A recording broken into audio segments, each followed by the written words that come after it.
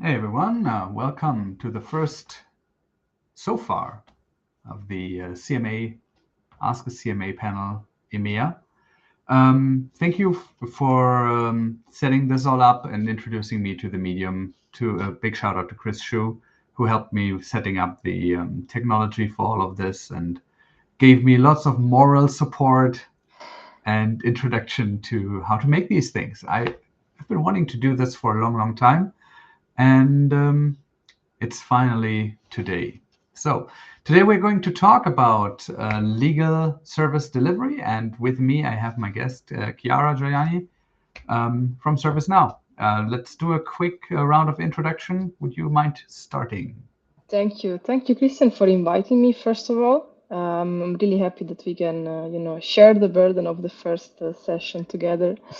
Yeah, thank you. I am coming from ServiceNow, as you said. I am based out of Italy. I actually joined ServiceNow about 7 months ago, so I'm really fresh to the company. But I spent the past 8 years of my career in the ServiceNow partner ecosystem in the DACH region. So I've seen a lot of ServiceNow implementations, and including legal service delivery. Was the implementation lead for a couple of global legal service delivery big projects. We will talk later about the challenges and the nice things that I learned there. And my connection with legal service delivery comes from my past life, where I, let's say, studied and practiced law for a couple of years. So I am a recovering lawyer. So it makes my conversation with lawyer a bit more simple than for other people. I imagine that makes discussing with the actual stakeholders in this particular area much easier than, let's say, talking to the generic IT person. Yeah, at the end, what I learned when you are in consulting and you know it better than me, you can learn the skill, right? You can learn the terminology, but it reassures the people, especially when you are in areas that are commonly known for not being ready to change, like law, like non-IT necessarily people. It makes them feel more understood, so they are more prone to open up when they have problems and to discuss with you the challenges. So it's not due to my law degree itself, but we are part of the same group, so it's making them feel better. And we will talk about this a little bit later down the road when we are Indeed. coming to talk about the generic or the general issues when it comes to bringing a project like this live and implementing the very specific requirements. I imagine there are some very interesting hurdles here, and certainly I've read up on these. So this is going to be very interesting. Thanks for the quick introduction, Chiara. I'm going to just introduce myself to those people who do not know me. I mean, I've sent out all the invites, I guess, and so everyone is or a lot of people are kind of from my network, I imagine. My name is Christian. I'm long time ServiceNow evangelist. I have done this for the last 14 years. Um, I did my CMA about 2 years ago, and yeah, now I'm hosting this little podcast. Let's see where this is going. As per usual, in a forum like this, you are encouraged and invited to ask questions to us. That's why we are here. We will obviously show and tell a lot of things, but it's at the end of the day meant to be an interactive medium. So please do not hesitate asking questions. I have my chat moderation tools right in front of me. I will pick them out. There will be a Q&A section Yeah, at the end of this, and we will be staying as long as it should be and see that we can answer as many questions as possible. absolutely, yes. All right, so let's dive right into the legal service delivery part. Um, First of all, legal service delivery sounds rather broad.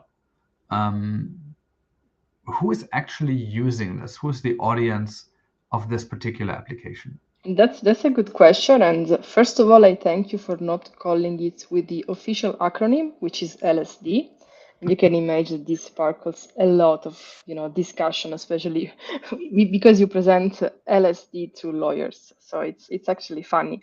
But no, legal service delivery consists of all the type of automation and repetitive task that a legal department within a big organization can do.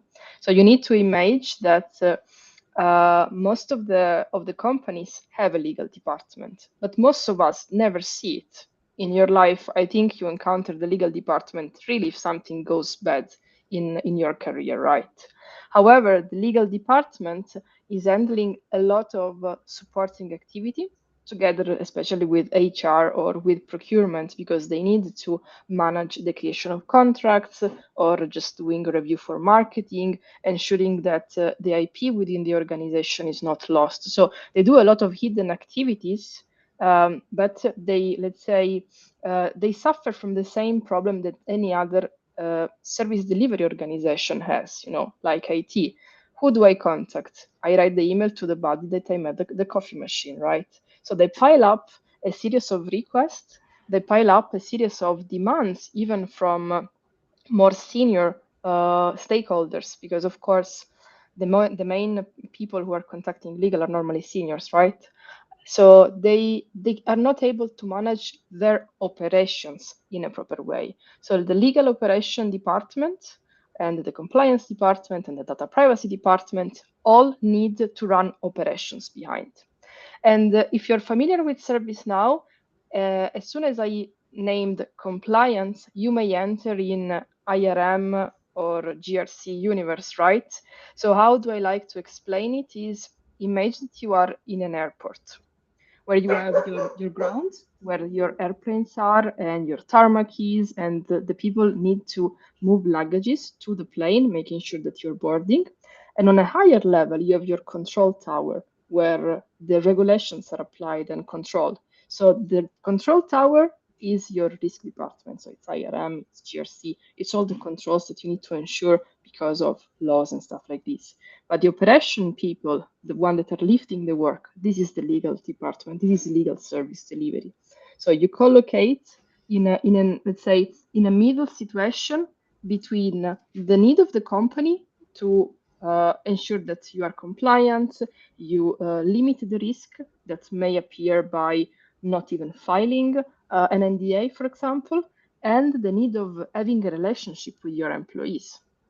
Because as you can imagine, if I don't know who my legal department is, I am prone not to log something that is going on in my life, whistleblowing, or even a simple paper review because you're going to a conference. Are you sure that what you're sharing is not confidential? How do you know it if you don't involve a legal person? So there are a lot of small activities that, if don't make visible, may cause a lot of risk for the company. This is why we are going out with, please implement legal service delivery if it is possible to make it more open up for the people. I see. So what you're saying is that the service delivery for legal services in ServiceNow is meant to handle primarily the interaction of the legal department with the broader audience. That's correct. What can they achieve in ServiceNow? What does the application bring out of the box? And is the sky the limit, or? It's always the sky the limit. But in short, like any other service delivery based application, image, HR, or even ITSM to a certain extent, legal service delivery is trying to solve three main issues, which is providing a better experience for everyone, providing, let's say, a legal front door experience, a catalog of services. That's the first thing. The second is giving time back to the legal practitioners who are nothing more than, let's say, fulfillers, if you want, or agents, if you want. So you have an audience who is consuming the services, and you have an audience who is instead fulfilling the service. So these are, finally in a better working shape because they know what to do and everyone knows what to request. And last, and for me, this is the most important, it repositions the legal department in front of all the others function. Because what happened most of the time, as I told you, legal most of the time is perceived just as a cost, as a burden by everyone. You don't want to contact legal because it's getting complicated. This is, the reputation that they have. So finally, by providing more transparency in terms of how many requests do I log, how many matters, and we'll talk about difference between matters and requests in a second, I have it logged.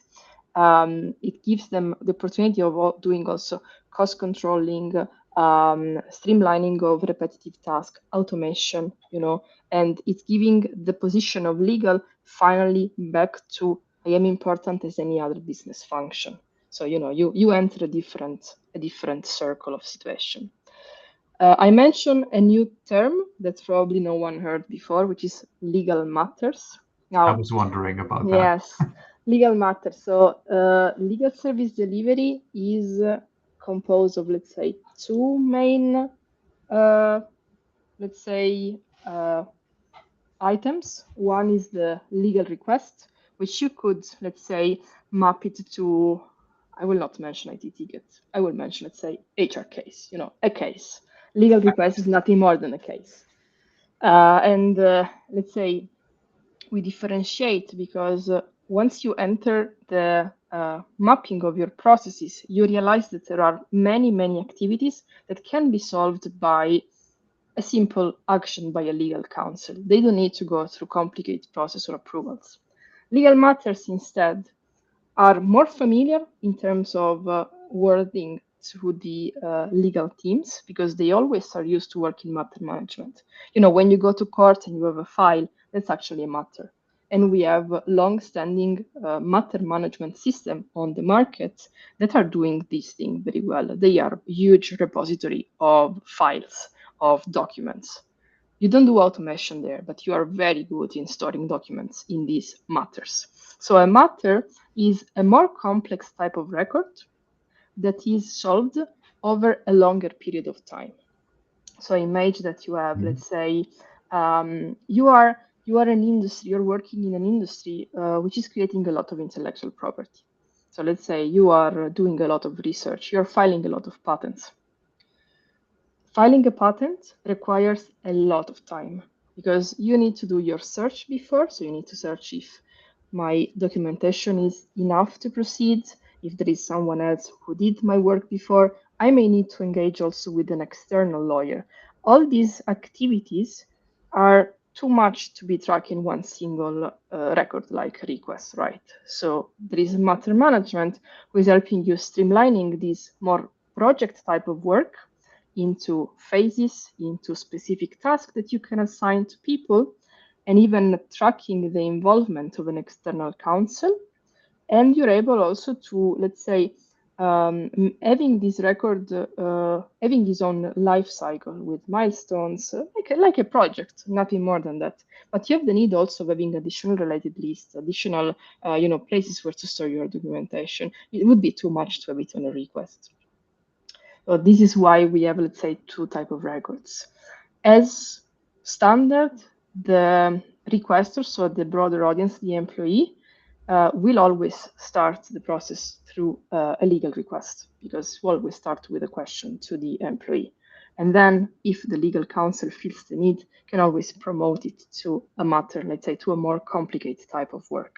But it's really a matter of how the department is working. It's really a different type of work. It's not complicated, it's just different from what we are used to see in IT or what we are used to see in HR, or probably it's more similar to project, to SPM in a sense, because you have the way of tracking the completion of a certain step. But it's just making sense because the life cycle of a specific type of matter is long and different from something that could be solved in 5 minutes through an automation. All right. Then, since you already started kind of diving into it, I'm going to push one topic a little bit further down, and we're talking about the actual technology behind legal service delivery. You mentioned there are cases, legal requests, which are probably they are different in the system than the matters. What can you tell us about the data model itself and the application, how it is built up, and what kind of data structures we will primarily have to deal with? On the one side, as the guys who are building these things up. On the other side, obviously, the people who deal with the day-to-day work in this. Matters is one thing, Yeah. request is another. What else do we have? Oh, And how are they connected? we have a lot, and probably it's really a good time for me to start putting a diagram on screen because it just makes more sense. Let me know Let's do if you it. can actually see that. Yeah, well, give me a second. There you go. Yeah, no, I put the slide on screen because let's say it's it's a product that has been built over time. So even though many of you never heard of legal service delivery before today, unless of course they know me, it's a product that is already about 4 years in the market and it had an evolution. Let's say overall, legal service delivery consists of three main components: the legal request, which is, let me put a laser pointer here. The legal request, which let's say is your case, it's the starting of your interaction with the broader audience. So let's start from here. How do I interact as an end user? I go to the portal, and in your project life, you did already the streamlining of your catalog. You define your legal services. Legal services are similar to, let's say, items that you have in a catalog, or let's say HR services, if you're familiar with the employee workplace scenario. Yeah. So you log on the portal or mobile, you go there, and out of the box, we offer already like about 11, 12 predefined, pre-configured workflows according to the theme. So even if you just install the plugin, you will not start from scratch. We offer already content. And then you log your request. The requests that standardly we have in the system go from I need a content review to I need to disclose something about intellectual property, up to I need to, let's say, uh, complete a DP assessment, or the latest that we have, and I'm putting it on screen here. The latest that we have is the gift compliance as Christmas is approaching. So these ones, the 12, are our pre-built legal workflows. So you start from somewhere, you start from a blueprint of your process. All of these are scoped application. So we don't have technically one single scoped application, which is legal service delivery, but every one of these pre-built legal workflow goes in the realm of what we call legal practice apps and consists of its own scoped application. Why this? Let's say, decision strategic was done mostly to separate the data as much as possible, because even more than in other departments, there is a lot of confidentiality of the information. So you needed to keep them separate and to keep them confined from the rest of the platform. One of, let's say, of the remarkable points that you have, in order to access any of the data that you have in the tables, you need to have a special admin role, a legal admin role, which is not granted by default to admin. So it needs to be granted ad hoc to the admin. So if you are a normal admin on the platform, you don't have legal admin, which is, sensitive, because it's a lot of sensitive information. So your comparison in the beginning with the HR service delivery was very apt in this case, because it's, and we will be talking about Yes. the data segregation a little bit later. But yeah, it's just like that. Okay. Correct. So going back to how does it work and going back to our blueprint, let's go fast because my PowerPoint doesn't cooperate with me. So let's go back to the blueprint. Going to the blueprint, you realize that you have your legal request, which is again your entry point, your record. The legal request is connected to the scoped application that make up for this blueprint application, to these practice apps. And again, another similarity that we have with HRSD is the existence of what we call practice area table. In HR, you have a concept called Center of Excellence. You have the COEs. The COEs are the, let's say, easy to configure way in order to keep your data segregated. So instead of writing up ACLs for every specific use case, you have your COE, you define your rules there, your policies, and then this will replicate the type of access there. Same applies for legal. We have practice area tables, and for every new scoped application you install, because you want to use a specific pre-configured processes, such as the digital forensic or ethics or contract support or contract generation, you will get a new practice area. So you define also there your policy by saying, okay, just the people that are part of assignment group privacy can actually read and write on the privacy request. That would be the first type of segregation. And then, as I told you, you have the possibility of promoting requests to matters. In theory, you could also start already the process from matters, and I am seeing it often in teams that are not open to the concept of legal services or legal front door. This because they are working more traditionally on matters and files. These are those people who want to work directly on matters, which I don't necessarily agree from a usability point of view, because you just create a huge process for something that may have been solved in a shorter amount of time. That doesn't matter. These two are related, so you can connect request and matters to an M2M table. And in addition to that, you have the possibility of creating templates on top of matters. So This is important because let's imagine that you are trying to work within a global organization, and all the organization is working with a specific process to, let's say, let's use the disclose of the invention case. So the intellectual property process is similar globally, but it's not exactly the same. The possibility for you to create matter templates gives you the chance of having templates for phases Mhm. and tasks that could be dynamically applicable according to the location or the audience that you have. So in this sense, it's extremely dynamic, and it's created with the idea of having a low code, no code person doing the configuration at the end of the day.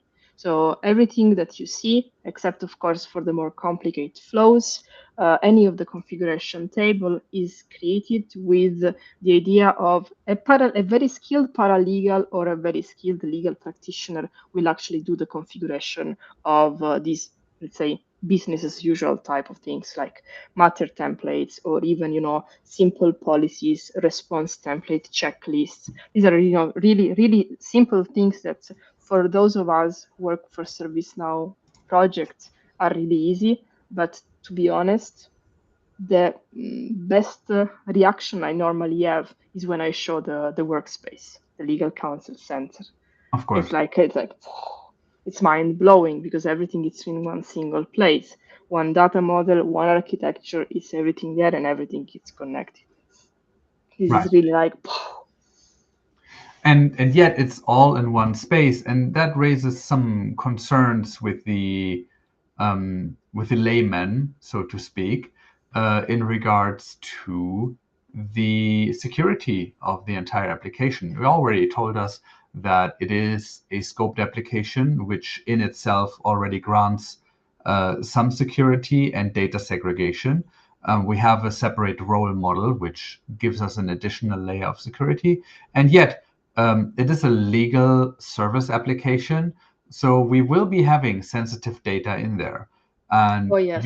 you also mentioned or showed on the screen in the beginning that there's a mobile app. How do these things go together, and how is this entire thing connected to the ServiceNow overall security measures that we can take? So in addition to the concept of practice area that I explained you before, there is an additional layer of security, which is the possibility of defining the access right directly on the request or on the matter. So I don't know if I actually have a slide here, or if we have it in a screenshot in another deck. But basically, you can imagine that in every type of application, whenever you have, let's say, a confidential type of information, the practice area concept may not be sufficient because, Right. let's say, the ethic complaint is raised by a VP. Nobody should actually see that, right? So in order to fix this issue, we do have the possibility of setting up directly on the system, on the request itself, the assignment group permission. And you have out of the box three conditions. The assignment group can just read, the assignment group can also edit, or the assignment group would directly have no access at all. Only the assignee will allow for confidentiality. And this you achieve it via a series of ACLs that are in addition created on the table, and by a series of roles that are connected to the platform. And for those of you who are mostly interested in this level, I can share a slide deck with specific ACLs that are out of the box configured, because this is something that I don't talk normally about in meetings, as my meetings are normally with business stakeholders, but I am extremely interested in ensuring that this is actually a very secure type of application because of it's encapsulated and encapsulated and encapsulated at different levels.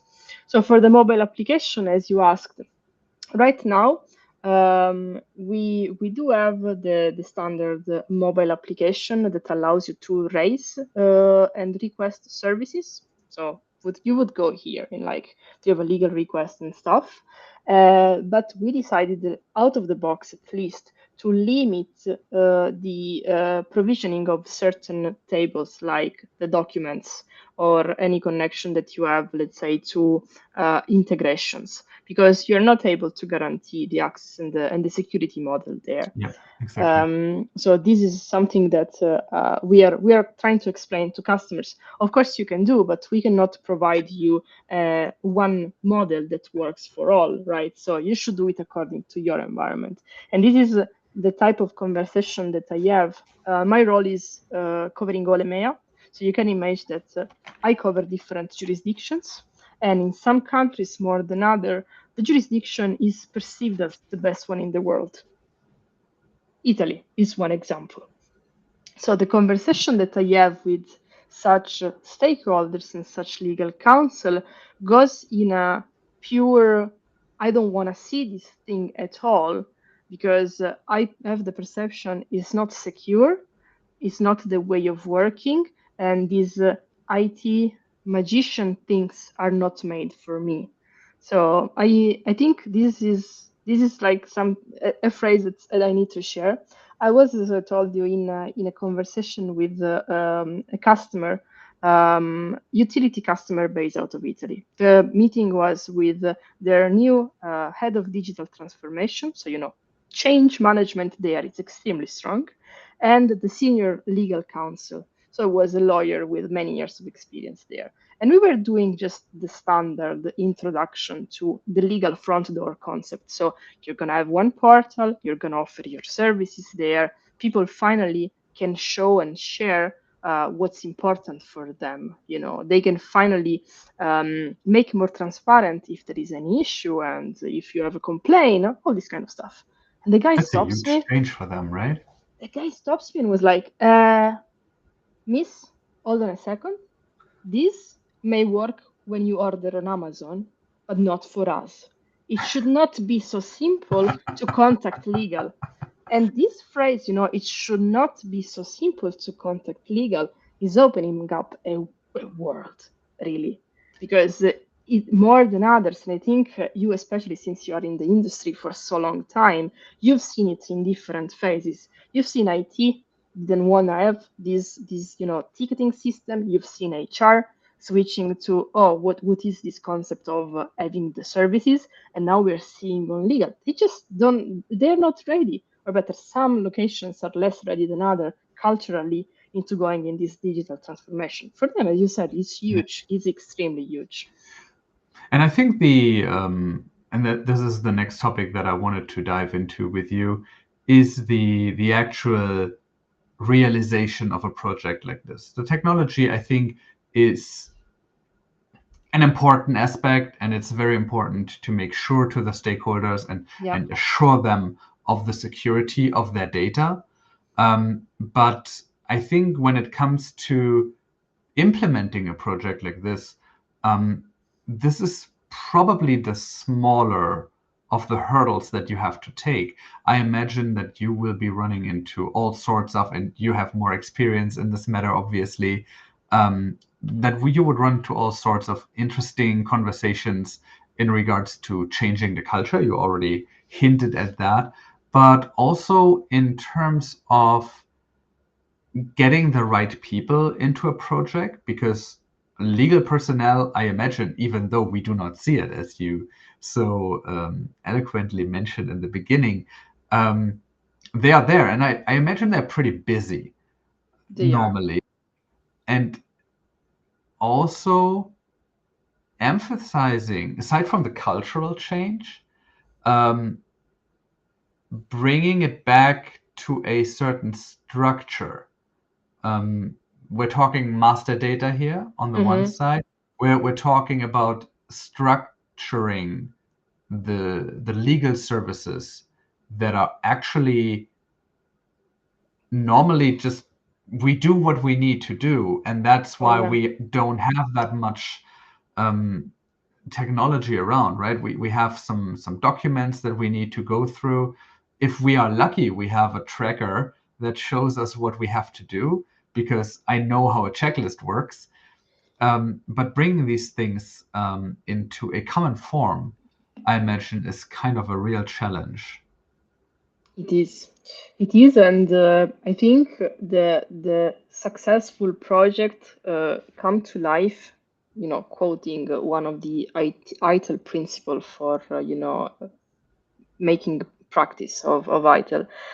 It's just when you have the urgency of change that is common in your organization. And what we are seeing is Mhm. either through a compelling event, let's say I think you are all familiar with the whistleblower directive that most of the companies had to implement recently. So there is a regulation that you need to respect. We're seeing I also didn't know lots. that. You didn't know. So every company of a certain size is obliged to make available to all the employee a way of reporting uh, a complaint or an allegation or something that was not really fitting your work life. Let's say mobbing cases or Mhm. stealing of information, and every company needs to establish a way of reporting it through different channel and most importantly anonymously. So you can imagine companies went and searching, doing the research to go into technology because there was a big urgency of changing. Another factor is what I was mentioning earlier is legal is perceived as a cost and they don't want to be perceived as a cost anymore. Therefore, they try to change the way of working to become more functional as a business unit. Especially because they don't have right now a way of showing to the CFO or to the C levels how much is costing my work, how much Is am I that a spending. thing? It is a real thing, yes. So but you Okay. need to imagine that most of the legal department, and we are talking really multinational environment. Consider that in my role, I normally only talk with global organization right now. I am privileged in that sense, and I see very, very, very often that people are running on Outlook at the best. They may have a contract lifecycle management software, or they are forced because of their industry to have like a software who is running background checks for their vendors. But all the work is done in Outlook. Now, you've worked in IT long enough to know that Outlook search is a bit better than in the past, but can we consider it as a proper software to perform a work of an organization that may have 100 location? For sure not. Because you don't have a way of, reporting, of showing KPIs, of showing that you're maintaining the KPIs. So once these two aspects are solved, then you finally can go in project mode and decide, okay, what do I want to achieve? I want to achieve transparency and going more into I want to become functional for my C-level suite. Great. Then I start logging all my requests. And if you think about the standard, implementation, most of the projects start because they want to go out of Excel or they want to go out of Outlook. So they actually are suffering, especially because you have a generational change also in the organization where the new legal practitioners are 20 plus just out of school and they cannot stand to work in Outlook. That's just not good enough for them. There is also a good factor now by pushing, meaning the AI is coming into the market race. So if your C level is clever enough, your general counsel or your CFO is pushing for a global AI strategy, then of course you will start looking out for technology. But as you said, the problem is if I don't have people who are willing to understand the processes in the organization, my project will never be successful because it's easy to implement a software if you have the requirements. But we all know that defining the requirements is the reason why AI will most likely not take my job anytime soon because cannot, you know, I cannot guarantee that AI will understand what the customer wants, right? So I think there, what made, let's say, the project that I was involved in successful was a team of dedicated people that were inside the organization, meaning legal counsel in South America, being the voice of the problems and the pain of his South American team. or the project manager, the legal project manager, because legal, like all the organizations, have also an infrastructure of frameworks that are applicable, like legal designer, legal project management. There is a huge organization called Clock, who is trying to code the competencies that there should be into legal operations. So there is a lot of noise around it, especially around the bigger pillars, the request management, the matter management, the knowledge management. There is a lot of noise there. So as soon as you find willing people able to code the existing process, meaning putting it on paper, what do I do if I need to give a gift to Christian for Christmas? Is it someone that needs to approve what is going on? Or they may discover that they don't have a process at all. Like sport goods organization based out of Germany, global footprint. We recently had a successful meetings about the conflict of interest disclosure. So they were actually not obliged, but they felt the need of having a coded process to disclose any conflict of interest that you may have. Yeah. Like, and these may come from the push of HR or someone, but once you get to the meet and greet of, oh, it's actually bringing me benefits, you have the buy-in of everyone. So you normally have a successful group of champions within the organization that can help you run the project. And again, you don't need to do it everything at once, because a lot of customers, and you know it better than me, they go like, oh, how long is it gonna take? I said, hold on, hold your horses. It's taking a while. There's a paper that is about all of this, and I would like to, I can quickly find it. Hang on. Where do I have it?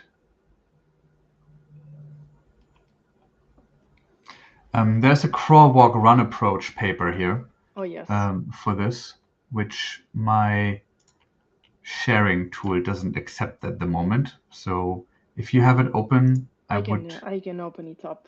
Yeah, I would like to discuss that real quick because I kind of disagree with it. A lot of people who do things in ServiceNow, they understand how this actually works and Yes. what a crawl, walk, run approach is.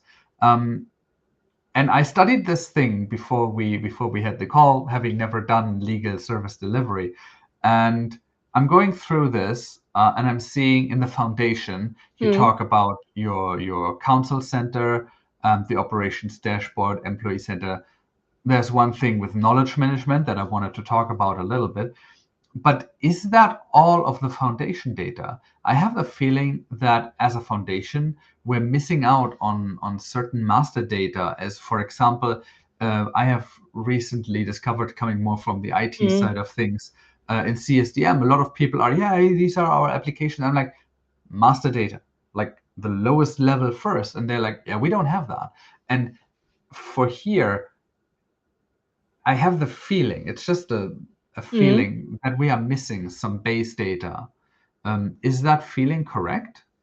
Depends on the type of process that you start with, let's say, because image, most of your legal department never had any piece of technology before.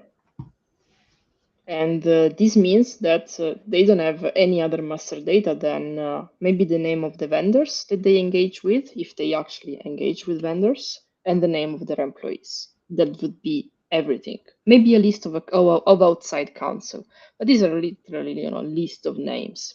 If instead you are a bit more advanced, and I also have to say I don't necessarily agree with these, because what I'm seeing is customers who purchase the legal service delivery application because they actually have an interest in one of the scoped application, like the legal practice apps. So you may simply have one who starts with conflicts of interest or with ethic complaints because of a need, right? And in that case, yes, you need to consider the existing of SAP integration, so any data that comes from SAP because of contractual obligation, contracts, this kind of stuff.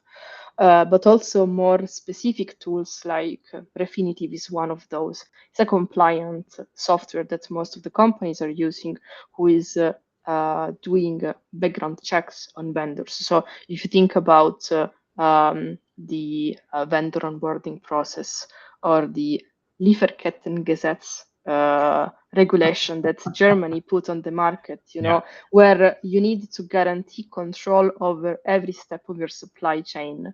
These tools that are doing a background check and verifying if Christian is on a sanctioned list because of something really bad he did in his past life. These are also important master data that you need to have in the system. But these are extremely specific, right? Because you never know which is the level. So let's put it this way. I did a lot of projects in my career, and I started like you from ITSM. And in comparison to that, the landscape of a legal department is literally black or white. You may have a department who has just Outlook. You may have a department instead who is already familiar with technology and is thinking of reshaping the way they are working and bringing everything from an old matter repository to a contract repository in it. So it's really different. And right now, it's still very siloed. So even though you mentioned CSDM and you mentioned also the possibility of HR services, and I see a lot of connection across the functions, legal is still very much isolated. So when we push for the project, we also push for please talk with the rest of the organization. Bring in your process owner, bring in your platform owner, because you could just benefit out of these scenarios. And finally find not only a running process, but having also an healthier platform for your future-proof life. With all the connection, with all the data relationship done well. But it's a more advanced topic, and until now, I have to say, I only found maybe a couple of companies where the platform owner was extremely involved in this choice and wants to do things right from the beginning. Yeah. And that kind of brings us to the next topic that I wanted to cover, and that's the actual implementation of a project like this. Now, since we talked about the crawl, walk, run approach here, and bringing in the foundation data and identifying what it is that we want to do, that sounds pretty much straightforward. Now, legal service delivery in itself is probably not a core application that you usually start with. Is from how you build it up in the past, is that something that you just do as a sideshow during a bigger program, or is it too big to handle as just one value stream that you basically run on while you're doing something else?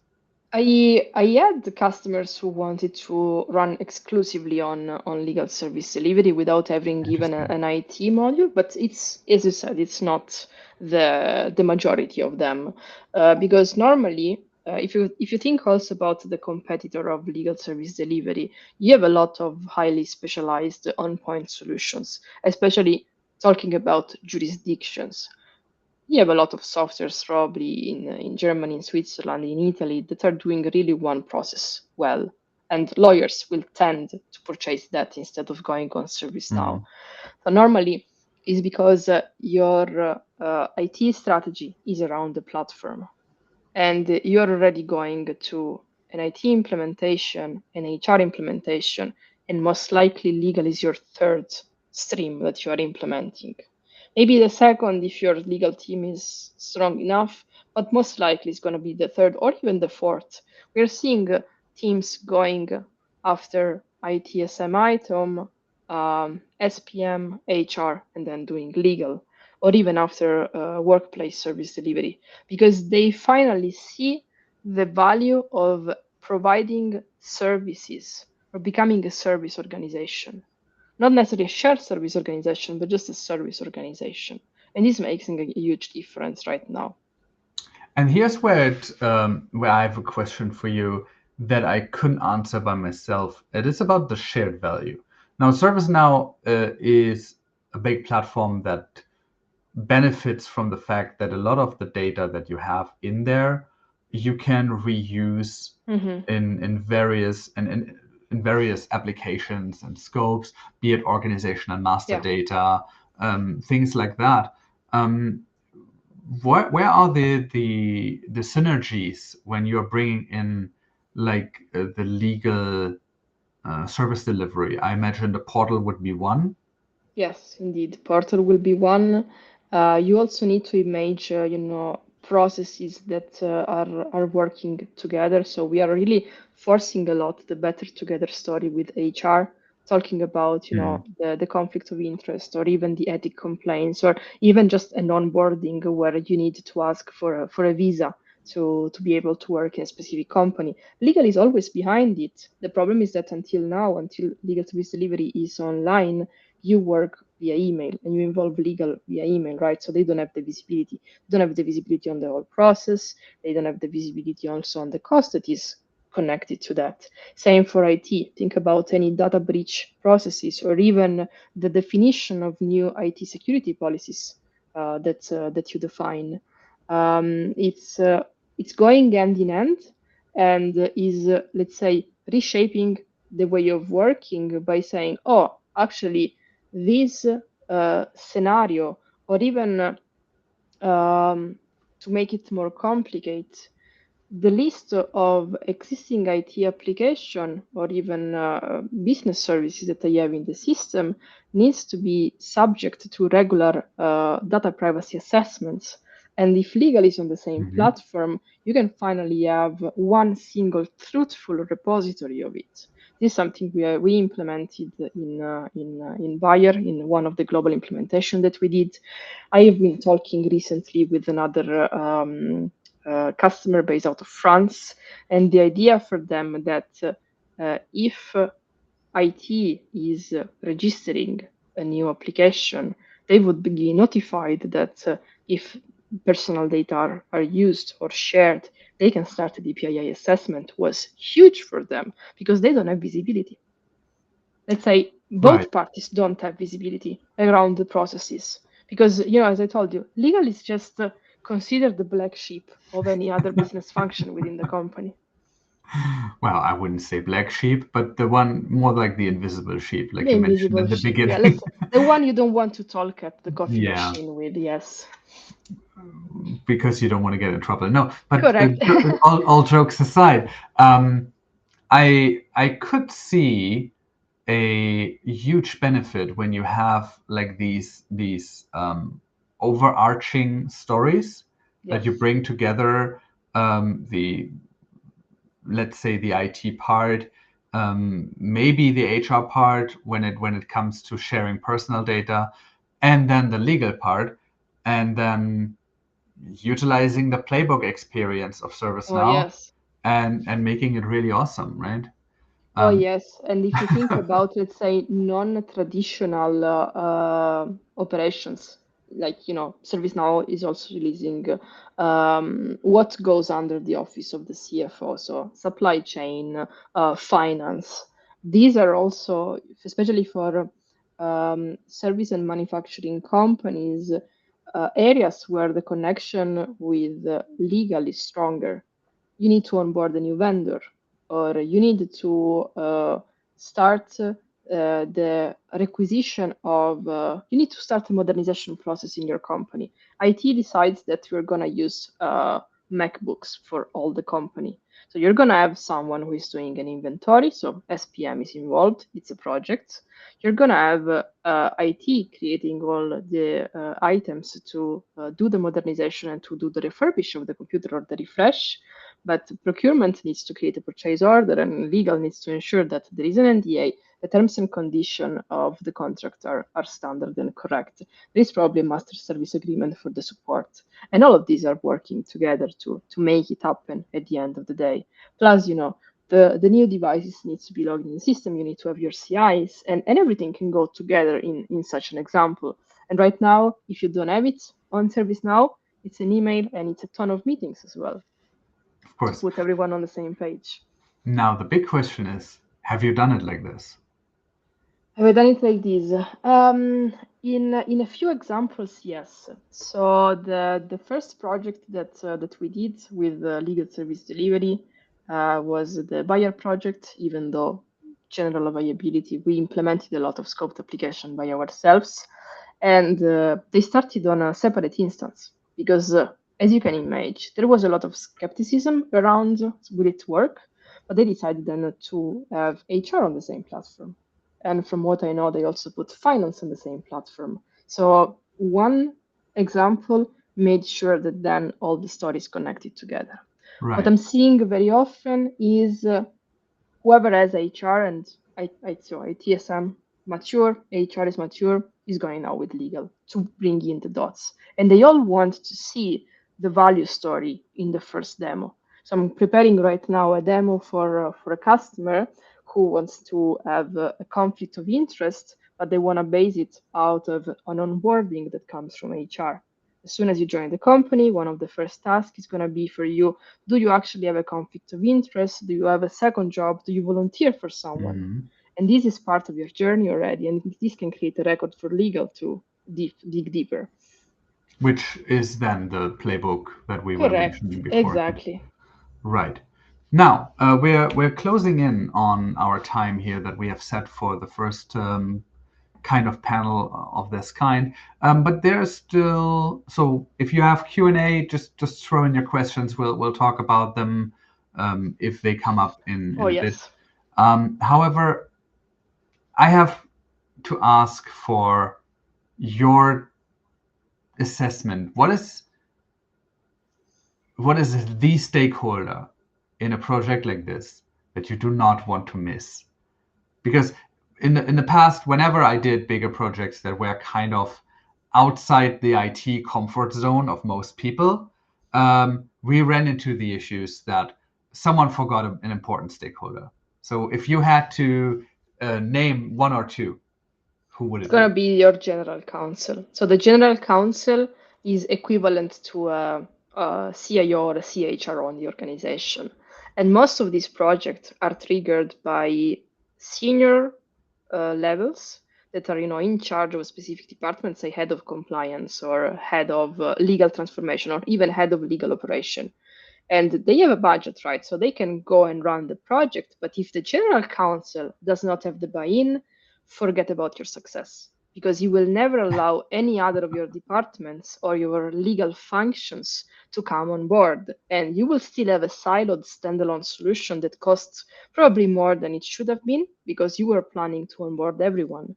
So involve your general counsel and explain that the visibility that he will have is huge because if you can finally go on one single dashboard and have a look at what's going on in the system and what's the spend and having these beautiful reports that he can check daily.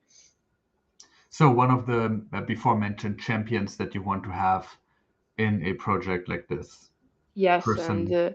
to make it more realistic, every time we have a call, because I normally take care of pre-sales, right? I Right. always ask if the general counsel is joining or will join or is even aware. Because if you have a request for pricing from your digital transformation leader or your head of legal operation, you know that there needs to be visibility at higher level. At certain point, they need to report to this person, and if Mhm. he's not on board, it's never going to work. Yeah.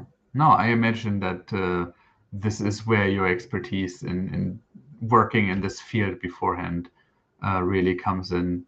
And since you're talking the same language, and I think this is a lesson that goes beyond the legal service delivery, just be sure that on either side you involve people who speak the same language. It's one of Yes, the most important key success factors. And the other one is, as per usual, the organizational change management. yes, Um, do you it right. you mentioned before that they do not necessarily see that they need to change and that they need to undergo this kind of conversation or conversion better.